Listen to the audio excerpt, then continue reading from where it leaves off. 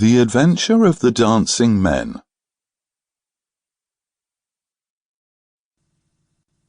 Holmes had been seated for some hours in silence with his long, thin back curved over a chemical vessel in which he was brewing a particularly malodorous product.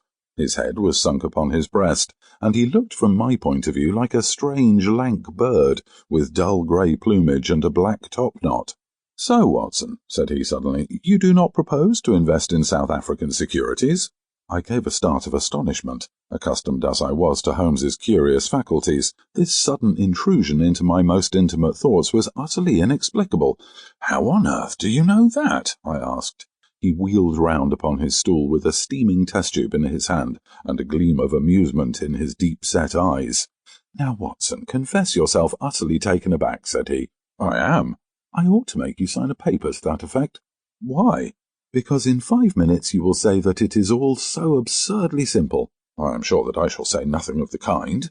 "You see, my dear Watson," he propped his test tube in the rack and began to lecture with the air of a professor addressing his class. "It is not really difficult to construct a series of inferences, each dependent upon its predecessor and each simple in itself. If, after doing so, one simply knocks out all the central inferences and presents one's audience with the starting point and the conclusion, one may produce a startling, though possibly a meretricious effect. Now, it was not really difficult, by an inspection of the groove between your left forefinger and thumb, to feel sure that you did not propose to invest your small capital in the goldfields."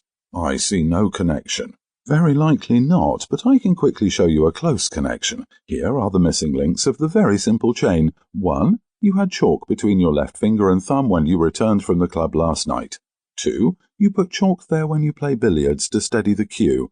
3. You never play billiards except with Thurston. 4. You told me 4 weeks ago that Thurston had an option on some South African property which would expire in a month, and which he desired you to share with him. 5. Your cheque-book is locked in my drawer, and you have not asked for the key. 6. You do not propose to invest your money in this matter." "How absurdly simple!" I cried. "Quite so," said he, a little nettled. "Every problem becomes very childish when once it is explained to you. Here is an unexplained one. See what you can make of this, friend Watson." He tossed a sheet of paper upon the table, and turned once more to his chemical analysis.